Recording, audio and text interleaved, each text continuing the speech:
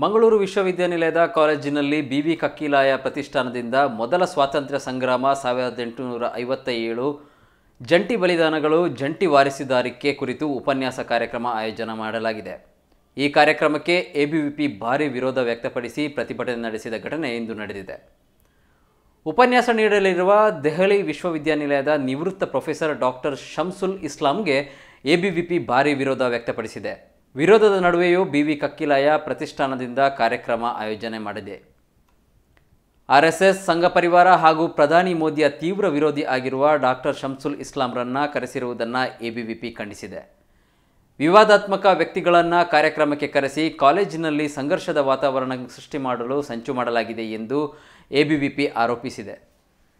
ಮಂಗಳೂರು ವಿಶ್ವವಿದ್ಯಾನಿಲಯದ ಕಾಲೇಜಿನ ರವೀಂದ್ರ ಕಲಾಭವನದಲ್ಲಿ ಉಪನ್ಯಾಸ ಕಾರ್ಯಕ್ರಮ ಆಯೋಜಿಸಲಾಗಿದ್ದು, ಕಾಲೇಜು ಆವರಣದಲ್ಲಿ ಎಬಿವಿಪಿ ಪ್ರತಿಭಟನೆ ನಡೆಸಿದೆ.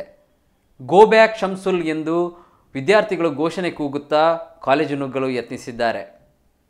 ಪ್ರತಿಭಟನೆ ತೀವ್ರ ಸ್ವರೂಪ ಪಡೆಯುತ್ತಿದ್ದಂತೆ ಪ್ರತಿಭಟನಾಕಾರರನ್ನು ಪೊಲೀಸರು ತಡೆದಿದ್ದಾರೆ. ಈ ಸಂದರ್ಭ ಪೊಲೀಸರು ಮತ್ತು ಪ್ರತಿಭಟನಾಕಾರರ ನಡುವೆ ಜಟಾಪಟಿ ನಡೆದಿದೆ. ಮುತ್ತಿಗೆ ಹಾಕಲು ಮುಂದಾದ ಎಬಿವಿಪಿ ಕಾರ್ಯಕರ್ತರನ್ನು ಪೊಲೀಸರು ವಶಕ್ಕೆ ಪಡೆದಿದ್ದಾರೆ. Go